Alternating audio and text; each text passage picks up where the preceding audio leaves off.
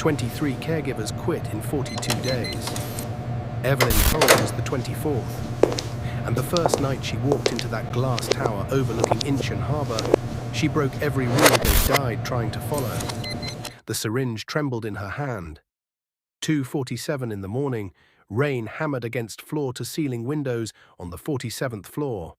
Below her, the premature twins, Siwoo and Hana, lay grey and still in their incubators, their tiny chests barely rising. The prescribed formula sat in measured bottles on the sterile counter, exactly as the protocol demanded, exactly as it had been for 6 weeks while these babies slowly died. Evelyn had been in this nursery for exactly 9 hours. In that time, she'd watched the security cameras blink red in every corner. She'd counted 12 guards on this floor alone. She'd signed a contract with a $2 million penalty clause for breaking protocol, and she'd realized with absolute certainty that following the rules was killing these children. The baby boy, Siwoo, stopped breathing. No alarms. The monitors had been glitching for hours. Just sudden, terrible stillness. Evelyn's nursing training took over. She yanked him from the incubator, her brown fingers stark against his pale skin. 2 finger compressions on his fragile sternum. Counting. Breathing into his tiny mouth. His lips were blue. 30 seconds. 45. The camera above her head swiveled, tracking her movements. Siwoo gasped, coughed. His cry was weak, reedy, but it was life. Evelyn held him against her chest, feeling his rabbit-fast heartbeat. Her own heart hammered just as hard. In the surveillance room 3 floors down, she knew someone was watching. In a mansion full of armed men who worked for Korea's most dangerous crime boss, she'd just deviated from protocol. The last nanny who broke the rules had disappeared. They found her body in Incheon harbor 2 weeks later. But Evelyn had spent the last 9 hours observing. The formula smelled wrong, a bitter almond undertone that made her stomach turn. The vitamin drops were discolored, thick when they should have been clear. The baby's medical charts showed 6 consecutive weeks of decline, and every single caregiver had followed the protocol exactly, which meant the protocol was the problem.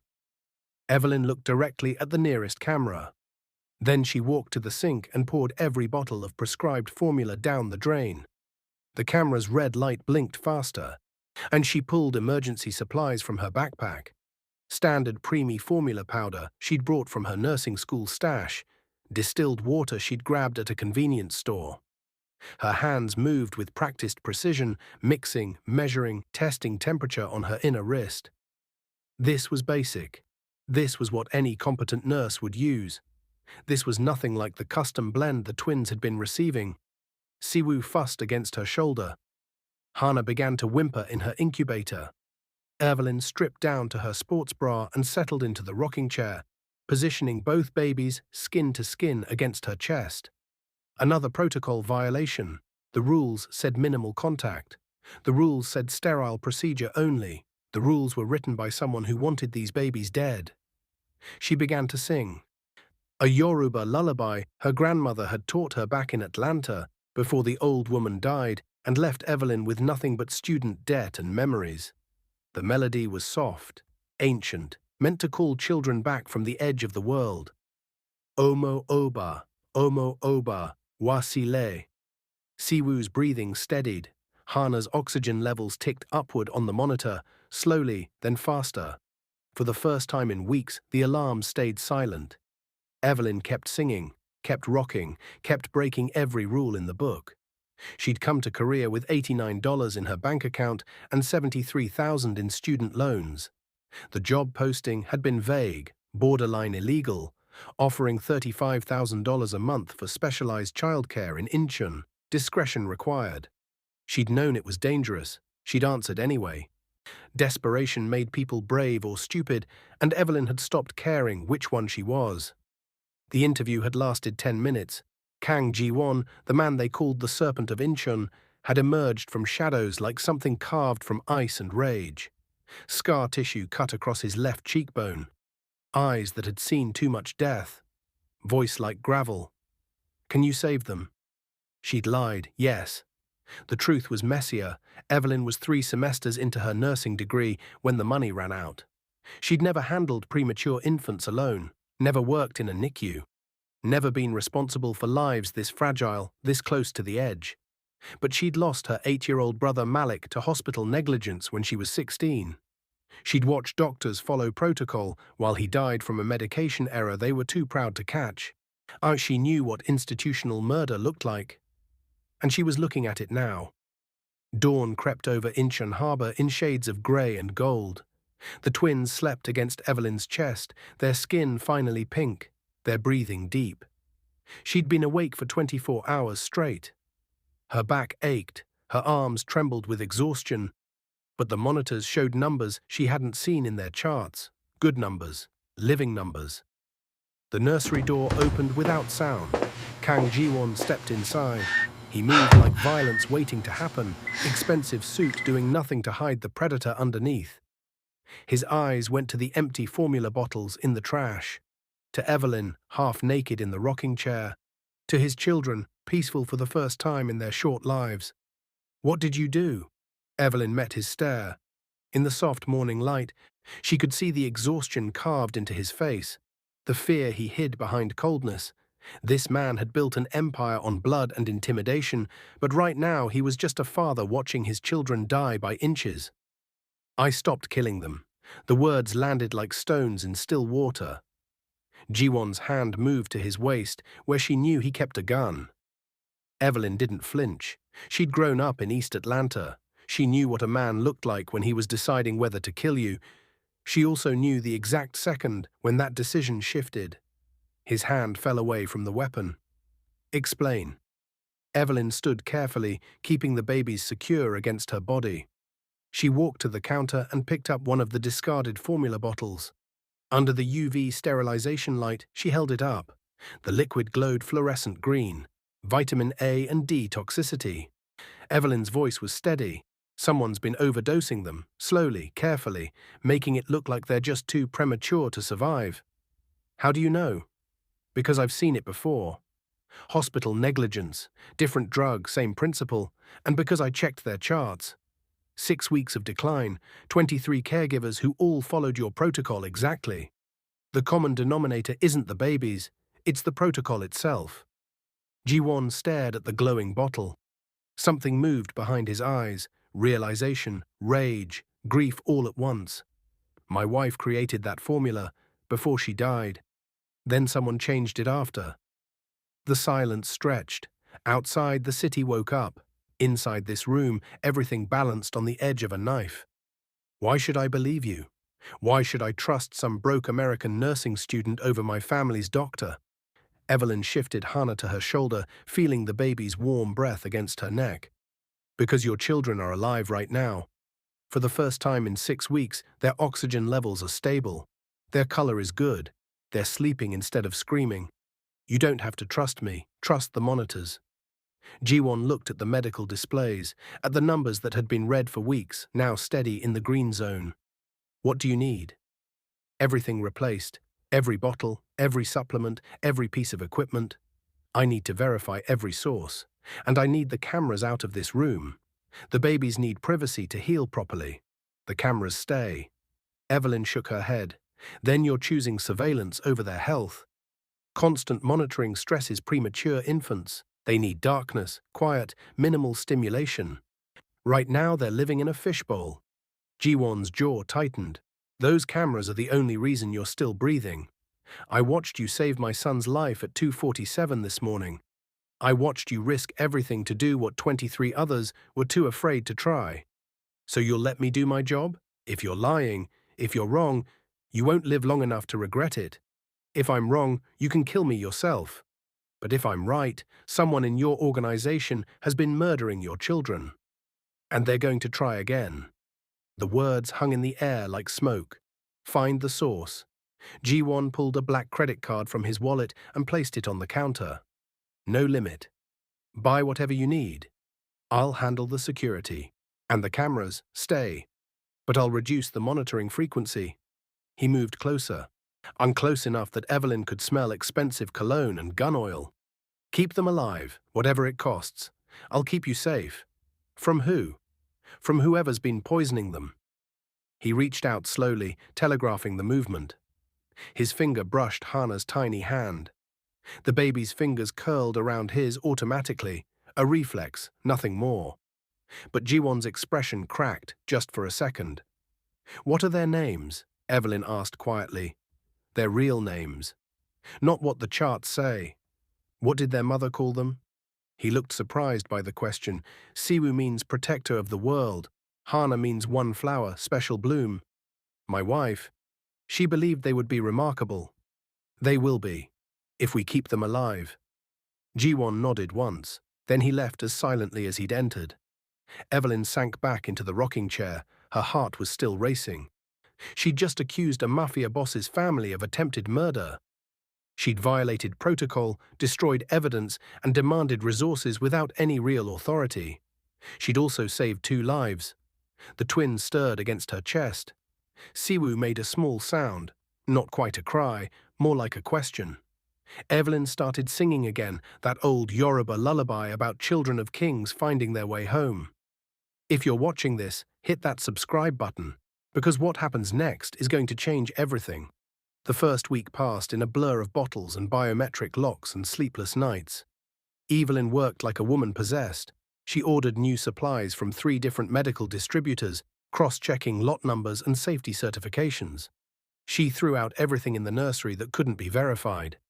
The black credit card Jiwon gave her took a beating. $47,000 in 6 days. He never questioned a single charge.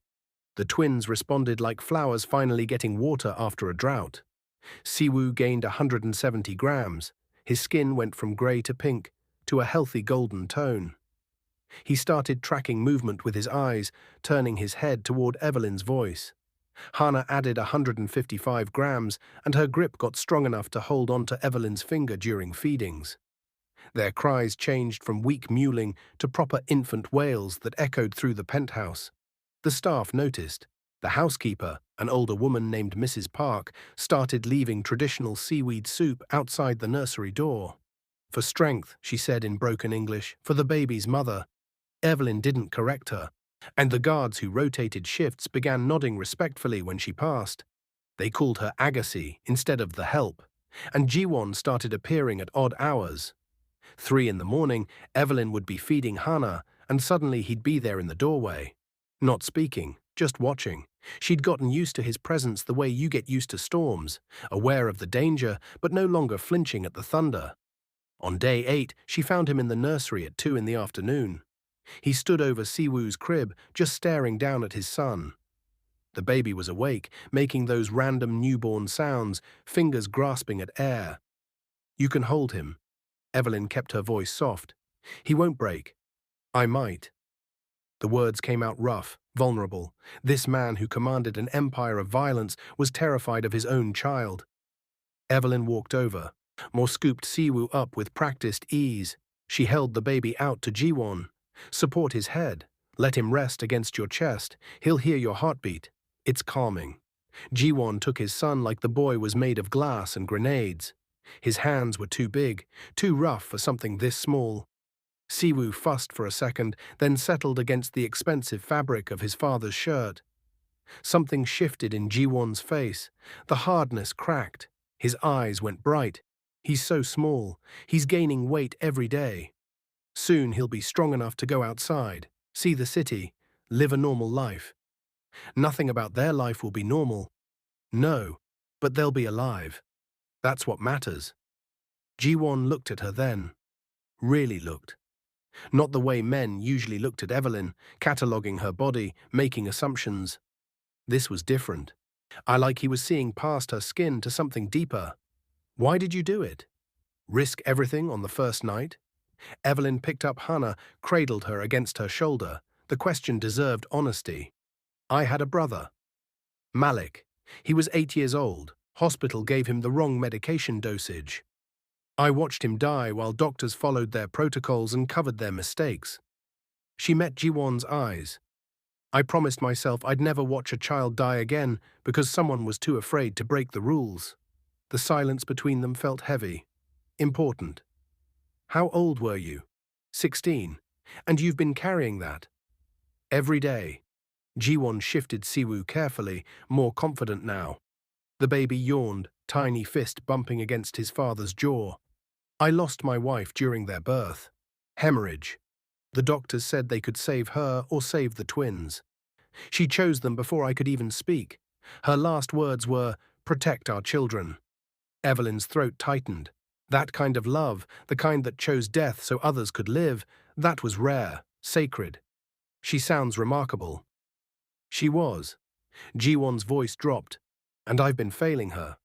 Watching our children die slowly, trusting the wrong people, following protocols designed by someone who wanted them dead. You didn't know. I should have. I built my organization by trusting no one. But in my own house, with my own family. He shook his head. I got soft. You got human. There's a difference. Hana started fussing. Evelyn checked the time, feeding schedule. She moved to the counter, started preparing bottles with the clean formula. Jiwon watched her work. You record everything, the formula preparation, every single bottle, time-stamped, lot numbers visible. If something goes wrong, we'll know exactly what they consumed and when. Smart, survival, someone tried to kill them once, they'll try again. The words landed like a punch. You really believe that? I know it. Evelyn turned to face him. Whoever poisoned those vitamins is still in this house, still close to you, and now that the twins are thriving, they're going to panic. Jiwon's expression went cold. Dangerous. If they come for my children again, I'll burn this entire city to find them. Then we better be ready.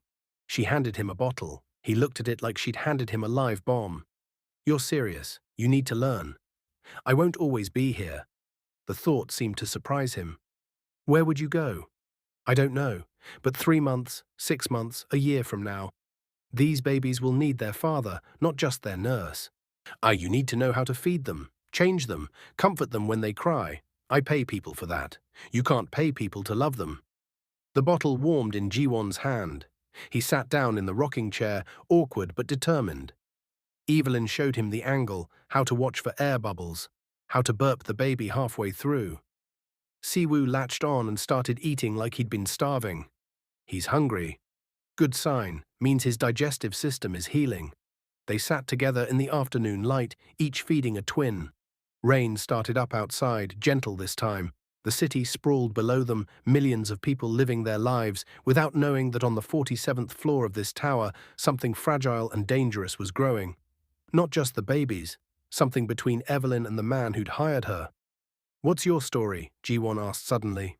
I before Korea, before this. Not much to tell, grew up in Atlanta.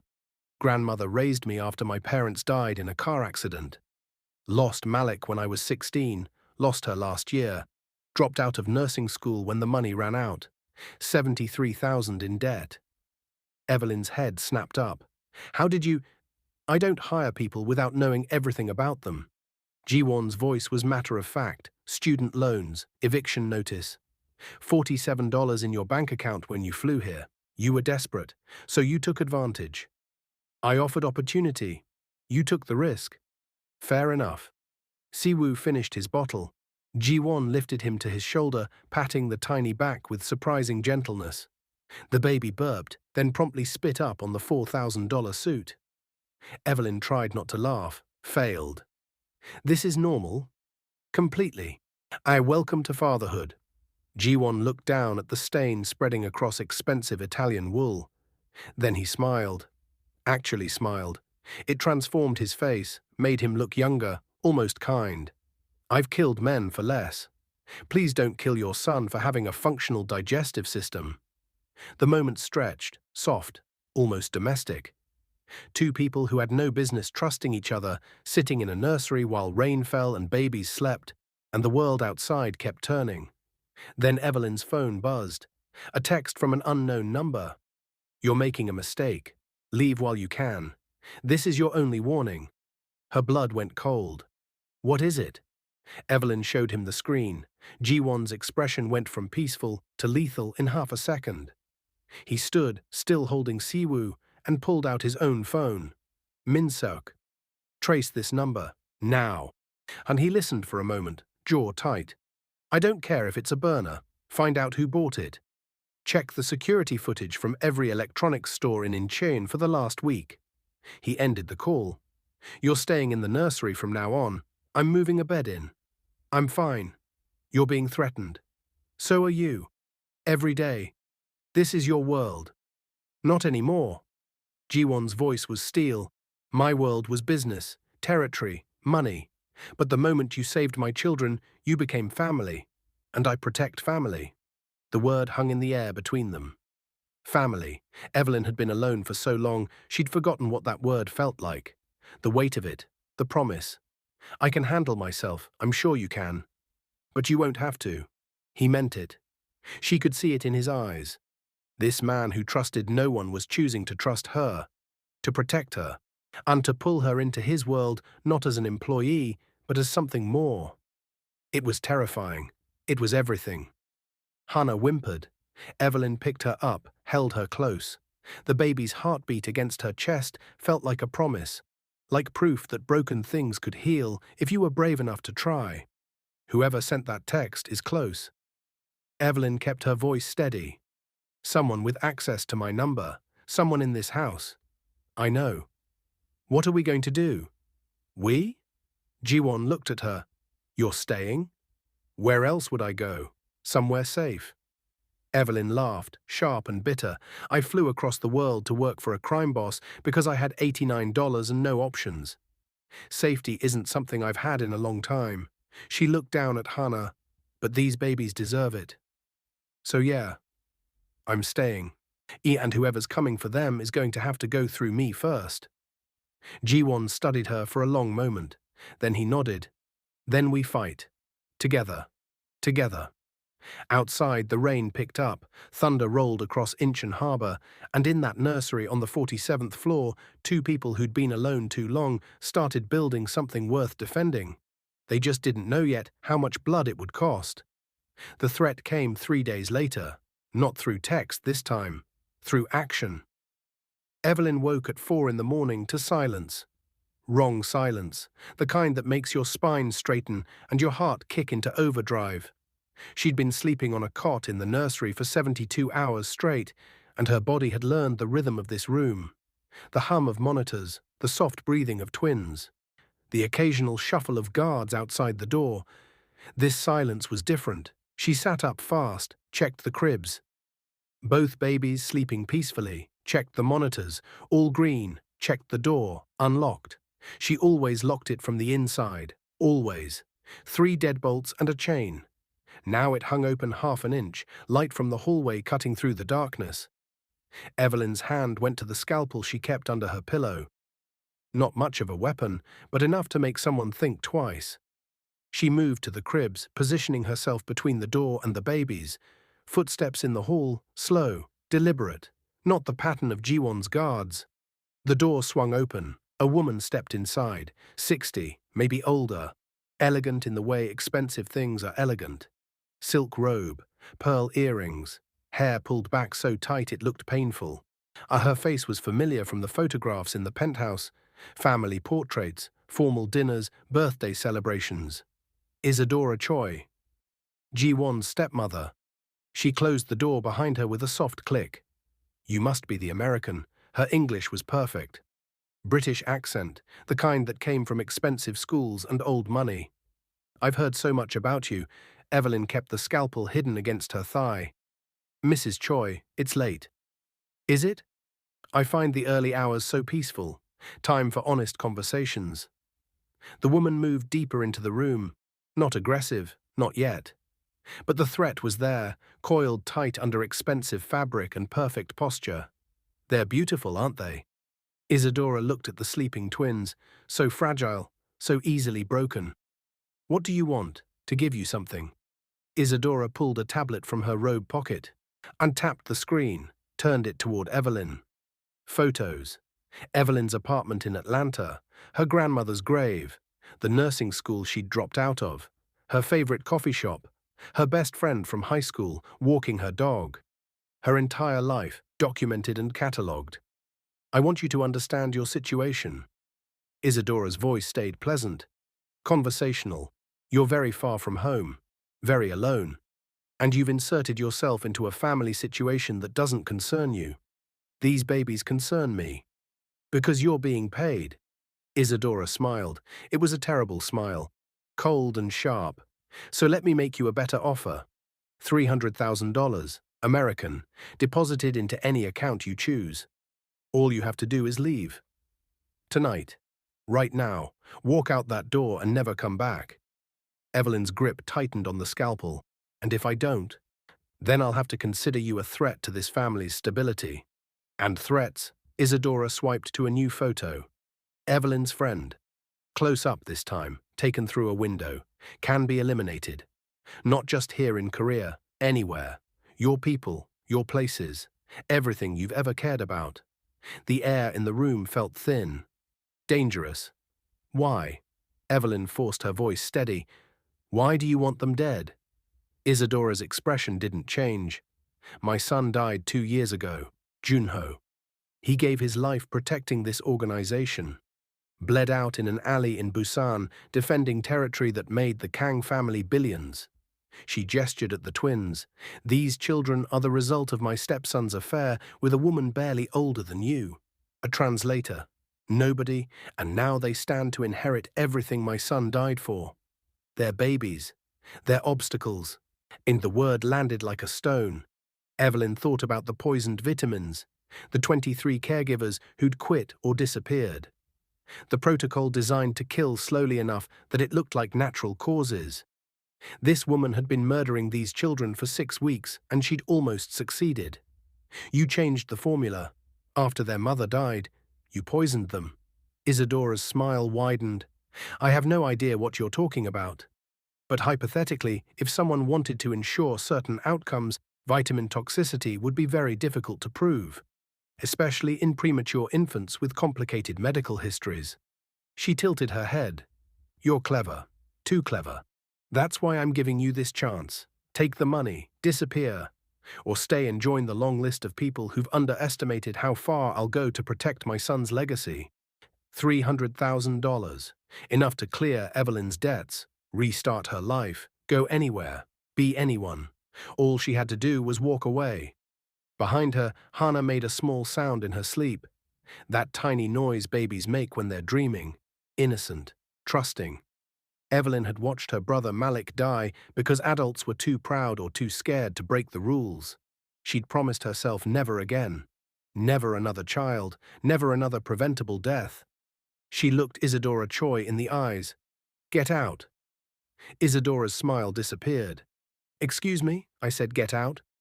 Before I wake up every guard on this floor and tell them you just confessed to attempted murder.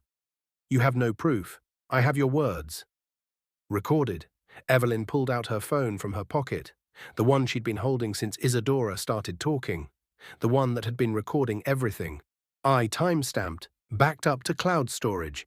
G1's going to love hearing this. The woman's face went pale, then red, then something worse, empty. The mask dropped. What was underneath was cold enough to stop hearts. You stupid girl, do you think a recording will save you? I own half the police in this city. I have lawyers who could make a murder charge disappear by breakfast. Her voice dropped to something whisper quiet and infinitely dangerous. You just made the worst mistake of your short life. Maybe. But I made it protecting children. What's your excuse? Isadora moved fast. Faster than a woman her age should move. Her hand lashed out, grabbed for the phone. Evelyn was faster. The scalpel came up. Not to stab, to warn. The blade caught light from the hallway, bright and sharp. Touch me and you'll bleed. They froze. 2 women. One with money and power and decades of playing deadly games. One with nothing but fury and a promise made over a child's grave. The twins started crying. Both of them, like they could sense the violence in the air. Isadora stepped back, smoothed her robe, put the mask back on. 48 hours. That's how long you have. Leave or die, and if you think my stepson will protect you, remember, he's a businessman. When it comes to choosing between his family and some desperate American girl playing nurse, he'll choose blood every time. She left as silently as she'd come. Evelyn's hands were shaking so hard she nearly dropped the scalpel. She put it down, locked the door, all 3 deadbolts, the chain. Then she picked up both babies and held them against her chest while her heart tried to remember how to beat normally.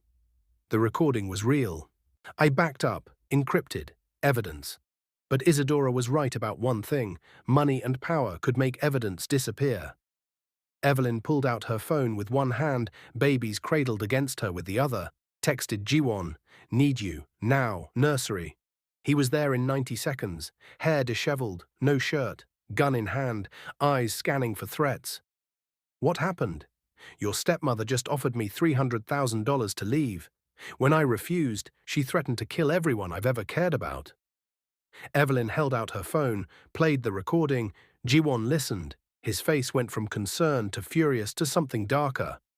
Something that reminded Evelyn exactly who she was dealing with. The serpent of Incheon, the man who'd built an empire on calculated violence. When the recording ended, he was silent for 10 long seconds. And then he made a call. "Min-seok, Isadora Choi is no longer family. Treat her as hostile. I want eyes on her 24/7. No phone calls, no visitors, no contact with anyone outside this building. If she tries to leave, stop her. If she tries to make a call, confiscate the device. Am I clear?" He listened, nodded once, ended the call. Then he looked at Evelyn. "You could have taken the money." "I know." "Why didn't you?" "Because I loved them before I knew I was allowed to." The words came out raw, honest, true in a way that made her chest ache. Jiwon's expression softened. He reached out slowly, telegraphing the movement, and took Siwoo from her arms, settled his son against his shoulder with the ease of someone who'd been practicing. "My stepmother is right about one thing. I'm a businessman. I make calculated decisions based on profit and loss." Evelyn's stomach dropped. "But she's wrong about what I value." Jiwon met her eyes. "My wife died to give our children life. For 6 weeks, I watched them slip away because I was too blind to see the threat in my own house. You risked everything to save them, to save me from failing the only promise that matters." He stepped closer. "You're not just the nurse anymore. You're the person who proved that some things are worth more than money or power or blood. You're family, and I protect family." The babies between them were the only thing keeping this moment from tipping into something neither of them was ready for. "What are you going to do?" "About Isadora. What needs to be done?" The words were final, cold. A death sentence delivered without hesitation. Evelyn should have been afraid. Should have been horrified, but all she felt was relief. "When?" "Soon. But first, I'm moving you. All of you. Safe house outside the city, until this is handled." "No." Jiwon's eyebrows rose. "No, we run, she wins. She gets what she wants. The baby's out of the way, me gone, you distracted." Evelyn shifted Hana to her other arm. "I didn't come this far to hide. We stay. We fight. We prove that love is stronger than poison." "You sound like my wife." "Is that a bad thing?" "It's terrifying." Jiwon's voice went rough. She was fearless too. "It got her killed." "Then we'll be smarter, but we won't run." Outside, thunder rumbled, storm rolling in from the Yellow Sea. The weather report had called for a typhoon. Category 4, landfall in 6 hours. Perfect timing for a war. If you're still watching, drop a comment below. And tell me, would you take the money or protect the babies? And hit that subscribe button because this story is about to get wild. Jiwon checked his phone, frowned. "What?" "Typhoon Hinamnor, hitting Incheon tonight. Power outages expected. The ports are shutting down. I need to be there. 40 million in cargo that needs securing. Go. We'll be fine." "Evelyn, I've got 4 guards, locked doors, and a very sharp scalpel." She managed a smile. "Besides, Isadora's contained, right? You've got people watching her?" 24/7. "Then we're safe." Jiwon looked like he wanted to argue, but business was business, and $40 million in cargo was the kind of loss that could start gang wars. "I'll be back before midnight. Min-seok stays here. 4 guards on this floor, 2 on the elevator. No one gets near this nursery." "Understood." He kissed Siwoo's forehead, then Hana's, hesitated, then kissed Evelyn's. Quick, chaste, over before it really started. But it burned. "Stay alive. I'm not done with you yet." Then he was gone. Evelyn stood alone in the nursery with two babies and a recording that might get her killed. Storm clouds gathered outside. The city braced for impact, and somewhere in this building, Isadora Choi was planning her next move. The twins fussed. Evelyn sang to them, that old Yoruba lullaby about children of kings finding their way home. She just hoped they'd all live long enough to get there. The storm hit at 7:43 that evening, wind like fists against the windows. Rain so thick the city disappeared beneath sheets of water. Lightning turned the sky white, then black, then white again. The penthouse groaned under the pressure, a glass flexing in frames designed to withstand typhoons but tested every single time. Evelyn had prepared. Bottles pre-made and stored in a cooler with ice packs, extra blankets, flashlights charged, battery-powered monitors as backup. She'd been through hurricanes in Atlanta, knew how fast things could go wrong when the power died. The twins were restless. Babies always knew when storms were coming. Something about atmospheric pressure or animal instinct. Hana wouldn't settle. Siwoo kept startling awake, tiny fists punching air. Evelyn wrapped them both in soft blankets and settled into the rocking chair. Started singing, low and steady, competing with thunder. 8:17. Lights flickered. 8:19. Flickered again. 8:23. Died completely. Darkness swallowed the nursery. Emergency lights should have kicked in. On battery backups, the incubators had independent power sources. The monitors had triple redundancy. Nothing came on, just darkness and storm, and the sound of two babies starting to cry. Evelyn's stomach dropped. This wasn't the typhoon, this was sabotage. She grabbed her phone. No signal. The cell towers were down or jammed. She tried the emergency call button Jiwon had installed. Dead. The landline. Dead. Every communication system in the penthouse was offline. Someone had planned this. Someone who knew exactly when Jiwon would be at the ports, exactly when the storm would hit, exactly how to isolate this nursery from help. Evelyn moved fast. She grabbed the twins, secured them both against her chest in the baby wrap she'd started using, grabbed the go-bag she'd packed 3 days ago, grabbed the scalpel, headed for the door. Locked from the outside. Her 3 deadbolts were useless. Someone had engaged the electronic lock from the security system. She was trapped. Footsteps in the hallway. Multiple people, heavy boots, not trying to be quiet. Evelyn backed away from the door, looked around the nursery. Floor-to-ceiling windows that didn't open. One door, no weapons except medical supplies and a scalpel that felt very small in her hand. The babies were crying harder now, terrified, feeding off her fear. Think. The attached bathroom, small, lockable, tile walls that might stop a bullet. She ran, got inside, locked the flimsy door, knew it wouldn't hold long, but it was something. Grabbed towels, wet them. If they used gas or smoke, wet towels over the babies' faces might buy seconds. Seconds could mean life. The nursery door crashed open, heavy footsteps.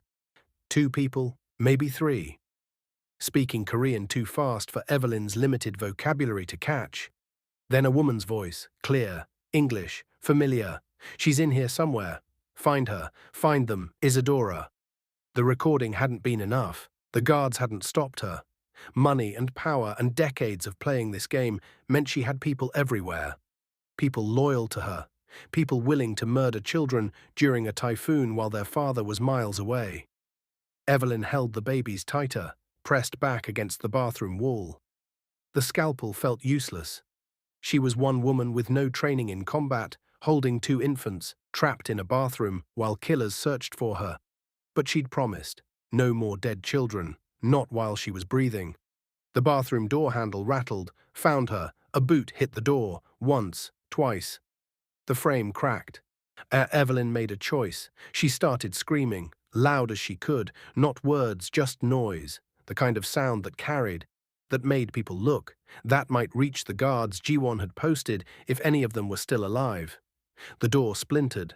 A man stepped through, big, masked, gun in hand. He looked at Evelyn. At the babies strapped to her chest, at the scalpel in her hand. He raised the gun. Evelyn threw herself sideways. The gunshot was deafening in the small space. Tile exploded where her head had been. The babies shrieked. She rolled, came up swinging the scalpel wild and desperate, caught him across the forearm, not deep, enough to make him drop the gun. He backhanded her. Stars exploded across her vision. She hit the wall hard, slid down, tasted blood, but she kept her body curved around the babies. I protected them with her spine and ribs and anything that would break before they did. The man picked up his gun. Behind him, another figure appeared, smaller, female. Isadora stepped into the bathroom, immaculate even now, not a hair out of place. Make it quick, painless. I'm not a monster. The man aimed at Evelyn's head. She closed her eyes, held the twins. Thought about Malik, about her grandmother, about Jiwon's face when he'd kissed his children goodbye. The gunshot never came. Instead, a different sound. Wet, heavy, a body hitting the floor. Evelyn opened her eyes.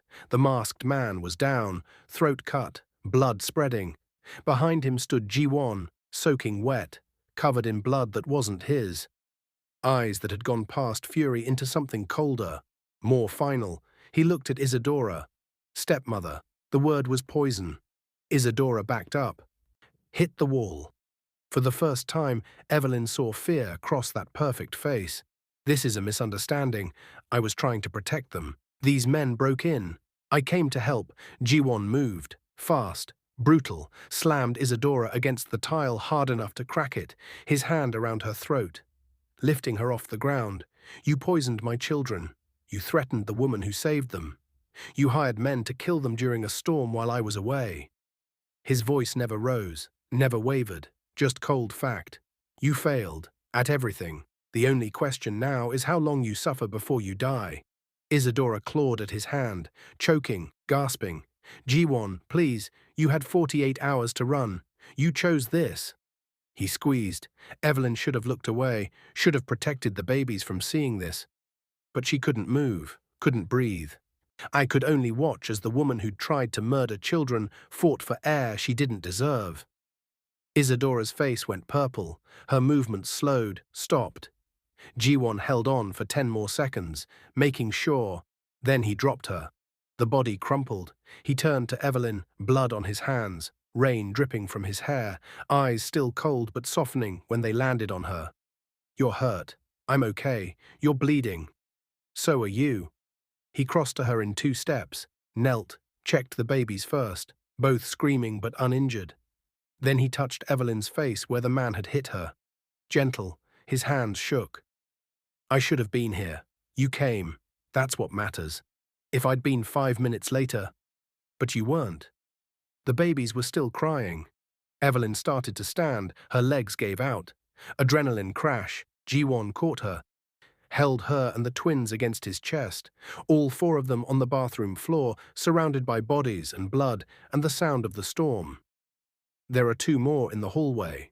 Jiwon's voice was steady again, controlled, and 3 guards dead. Min-seok is handling cleanup. The power will be back in 10 minutes. We're moving to the safe house tonight. Okay.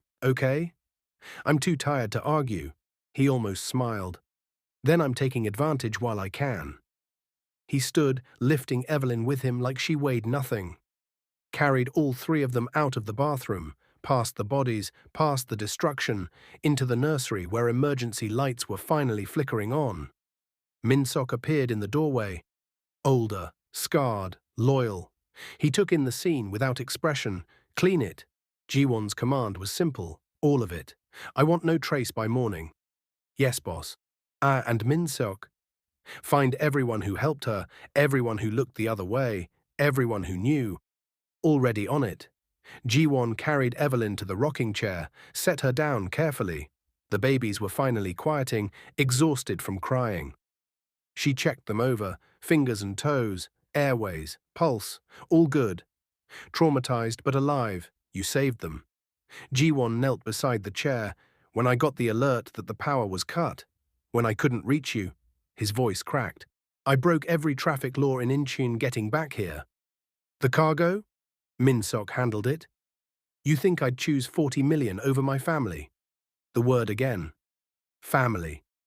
Evelyn looked at this man, this killer, this father, this person who just murdered his stepmother with his bare hands to protect children who weren't even 3 months old. Thank you. For what? For coming back. And for believing me, for choosing us. Us. Jiwon's hand covered hers, large and warm and still shaking slightly. Always. From now until forever. You're mine. They're mine. Anyone who threatens that ends up like her. He meant it. Evelyn could see it in his eyes, feel it in the way he touched her face. This wasn't just gratitude or obligation. This was something deeper, darker, more permanent. We should go. Before the police come, the police won't come. Jiwon stood. Helped her up. This building is private, this floor is locked down, and everyone who matters knows what happened here tonight. They'll find evidence of a break-in, 3 criminals dead. 1 tragic accident. Nothing that points to us. You've done this before, many times. Does it ever bother you? Only when I'm too slow to stop them. They gathered supplies. Or Evelyn changed the babies into clean clothes, wrapped them in fresh blankets. Jiwon carried the go-bag. Min-sok had cars waiting downstairs. The storm was passing, rain lighter now, wind dying down. As they walked out of the nursery, Evelyn looked back once.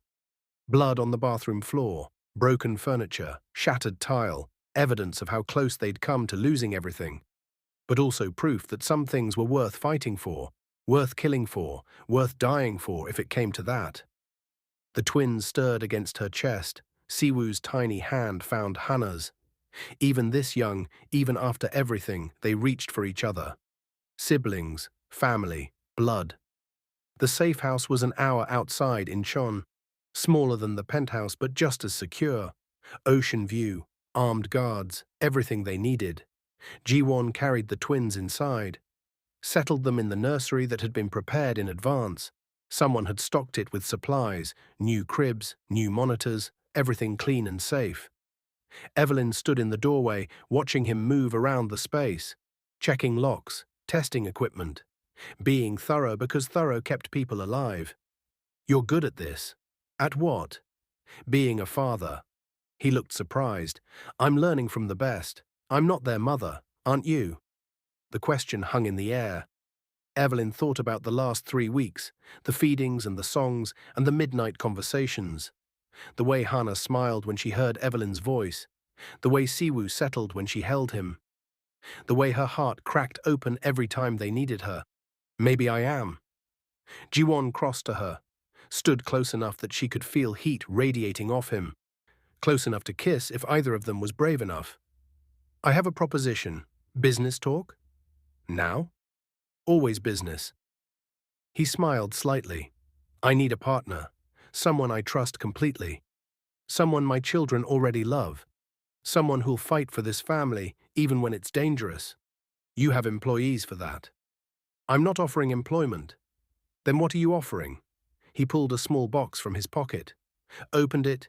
Inside was a ring, black diamond. Nigerian gold band, simple but stunning. I'm offering everything, my name, my protection, my future. He met her eyes. Marry me, be their mother, be my wife, be my family. Evelyn's heart stopped. This is insane. We barely know each other. I know you'd die for my children. I know you're brave and smart and stubborn. I know that when I thought I'd lost you tonight, something in me broke that I didn't know could break. His voice went rough. I know that my wife chose our children over her own life. And I know that you're choosing them too. Every day. That's all I need to know. What if I want more? Romance, dates, normal things, then I'll learn. For you, I'll learn everything. Even dancing. Even dancing. Evelyn looked at the ring, at the man holding it, at the future he was offering. Crazy, impossible, too fast, but also exactly right. Yes. Yes? Yes. Jiwon slid the ring onto her finger, perfect fit, like it was made for her. Then he kissed her. Not desperate this time, not rushed. Slow and deep and full of promise. A kiss that tasted like beginning instead of ending. When they pulled apart, both babies were crying. Evelyn laughed. Reality check. Welcome to family life. They spent the rest of the night taking care of Siwoo and Hana, bottles and diapers and gentle rocking, building a routine in a new space, making it home. Outside, the storm had passed completely. Stars emerged. The ocean reflected moonlight. Inside, 4 people who'd been broken in different ways started healing together. 3 months passed like a dream. The twins thrived. Siwoo hit 5 kilograms. Hana wasn't far behind. They smiled now, real smiles that lit up their whole faces. They recognized voices, tracked movement, reached for things they wanted. Normal, healthy, beautiful babies.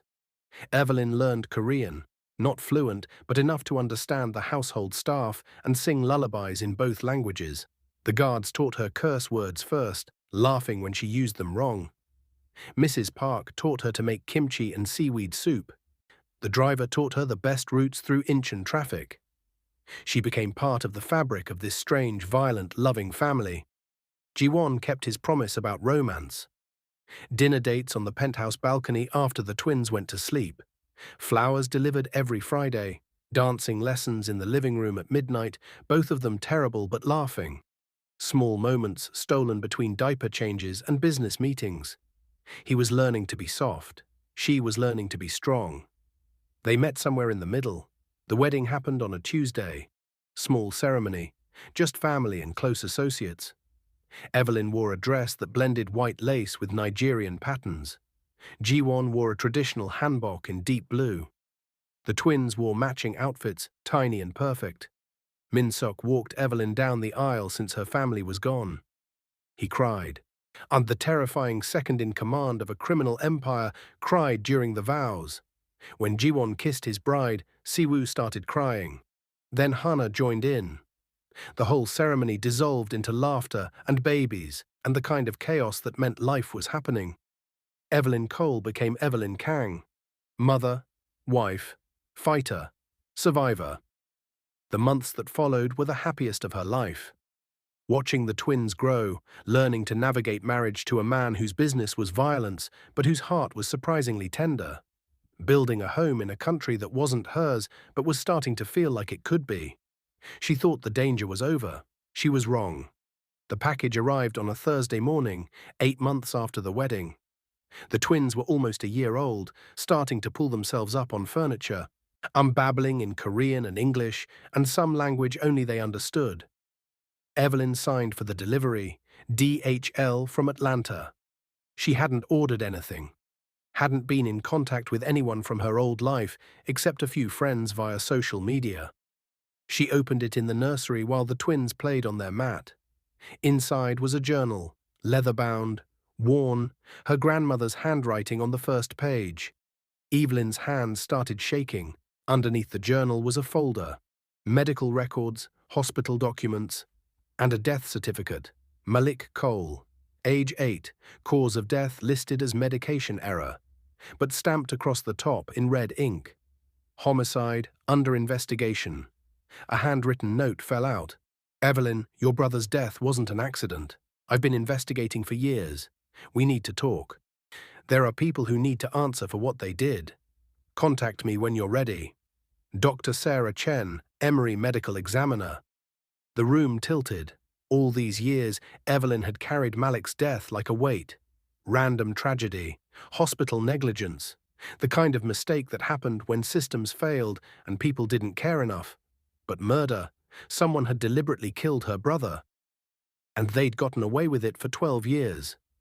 Evelyn sat down hard.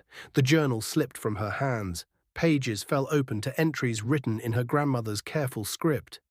They're lying about what happened to Malik. I know they are. The dosage was too specific, too calculated. Someone wanted him gone. I've been asking questions. The hospital is stonewalling. The police won't investigate. Everyone keeps telling me to move on. But I know my grandson didn't die by accident. I'm going to find out who did this, even if it takes the rest of my life. The entries went on. Years of research, names, dates, connections that Evelyn's grandmother had been piecing together before she died. The last entry was dated 2 weeks before the old woman's death. I'm close. I can feel it. The answer is in the hospital board records. Someone with power, someone who wanted our family gone. I'm meeting with a contact tomorrow. If something happens to me, Evelyn needs to know the truth. She needs to finish this. Evelyn's vision blurred with tears. Her grandmother hadn't died of natural causes. She'd been murdered too, silenced before she could expose whatever she'd found. The door opened. Jiwon walked in, still in his business suit. Home early. And he took one look at Evelyn's face and crossed to her immediately. What happened? She handed him the note. The death certificate. Watched his expression shift from concern to fury. When? 12 years ago. My brother. 8 years old. I thought it was an accident. She picked up the journal. My grandmother spent years investigating. I think they killed her too. Who? I don't know. But I'm going to find out. Jiwon knelt beside her, took her hands. Then we find out together. This isn't your fight. You're my wife. Your fights are my fights. His grip tightened. And anyone who hurts family pays. That's not negotiable. The twins crawled over. Siwoo grabbed Evelyn's leg. Hana reached for Jiwon, both babies babbling, oblivious to the storm brewing around them. Evelyn looked at her children, her husband. The life she'd built from nothing. She'd come to Korea running from debt and desperation. She'd found purpose saving 2 dying babies. She'd found love with a man who taught her that strength came in many forms. Now her past was catching up, and she had a choice: let it go, stay safe, protect what she had, or fight, dig into old wounds, risk everything to find the truth. She thought about Malik, 8 years old, trusting, innocent, murdered and forgotten. She thought about her grandmother, relentless, brave, silenced before she could finish what she started. She looked at Siwoo and Hana, alive because Evelyn had refused to let evil win. The choice was easy. I need to go back to Atlanta. Jiwon nodded. We'll go together. The twins too. Family doesn't separate. What about your business? Minsok can handle things for a few weeks. He stood, pulled her up with him. Besides, I've always wanted to see America, and I'm very good at making people talk when they don't want to. This could be dangerous. Good. I'm very good at dangerous too. Evelyn smiled despite everything, leaned into him, let his strength hold her up while she processed the weight of what was coming. They'd survived poison, betrayal, a typhoon and hired killers. They'd built a family from broken pieces and refused to let violence win. Now they had one more fight, one more chance to bring justice to people who thought they were untouchable, one more opportunity to prove that love was stronger than evil, and family was worth any price. The twins started fussing. Evelyn picked up Hana, Jiwon picked up Siwoo. They moved through the evening routine together, bottles and baths and bedtime songs. A normal life continuing even as everything shifted beneath them.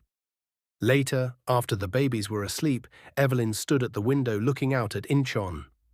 The city lights reflected off the harbor, ships moving through darkness toward distant shores. Jiwon came up behind her, wrapped his arms around her waist, rested his chin on her shoulder. Second thoughts? No. Just thinking about how far I've come. 8 months ago I had nothing. Now I have everything. And you're willing to risk it? To honor my brother? To finish what my grandmother started? She turned in his arms. Yeah, I am. Some debts can only be paid in truth. Then we pay it. Together. She kissed him, soft and sure, a promise that whatever came next, they'd face it the same way they'd faced everything else. Side by side, fighting for what mattered, refusing to back down. The next morning, they started making arrangements. Flights to Atlanta, security details, research into hospital records and medical examiners, and the names in her grandmother's journal. Evelyn called Dr. Sarah Chen. The conversation was brief, careful, the kind of talk people have when they know phones might be monitored and walls might have ears. But the message was clear. Someone powerful had killed Malik Cole, someone connected, someone who'd gotten away with it for over a decade. And now Evelyn Kang was coming for them, not as the desperate nursing student who'd fled to Korea, as a wife, a mother, a woman who'd learned that sometimes the only way to protect the innocent was to become dangerous yourself. She packed the twins' things, passports, clothes, toys, everything they'd need for what might be a long trip. Ji-won handled the logistics, private plane, safe houses, contacts in Atlanta who owed him favors. He built their campaign like a military operation because that's what it was. War, not with guns and territory, with truth and justice and the relentless pursuit of answers. 3 days later, they boarded the plane. Evelyn held Si-woo. Ji-won held Hana. Min-seok and 4 guards came with them, a family going home to settle old debts. As the plane lifted off, Evelyn looked down at Incheon disappearing beneath clouds. The city where she'd found herself, where she'd become someone stronger than the girl who'd arrived with $89 and no hope. Beside her, Ji-won squeezed her hand. Ready. Ready. The twins slept peacefully between them, innocent, protected, loved, worth fighting for, worth everything. Evelyn opened her grandmother's journal to the first page, started reading, started planning, started preparing for the battle ahead. She'd saved 2 lives in Korea. Now she was going to honor 2 deaths in America, and anyone who stood in her way would learn what it meant to cross a woman who'd already survived hell and come out stronger. The serpent's keeper was going hunting, and she never missed. The plane cut through clouds toward Atlanta, toward answers, toward justice 12 years overdue. Behind them, Korea. Ahead of them, America. Between them, love strong enough to bridge oceans and face any enemy. This was just the beginning. The twins stirred. Evelyn sang softly, that Yoruba lullaby about children of kings finding their way home. But this time, she sang it for Malik too, for her grandmother, for every innocent life stolen by people who thought power made them untouchable. She was coming. They all were. And nothing would stop them, not this time, not ever again. Drop a comment and let me know, where are you watching from? USA, Canada, somewhere else? This story traveled from Atlanta to Korea and back. Let's see how far it reaches. Hit that subscribe button if you want more stories about family, justice, and fighting for what's right. Share this with someone who needs to hear it. And smash that like button if Evelyn's journey touched your heart. The next chapter is coming soon. Don't miss it.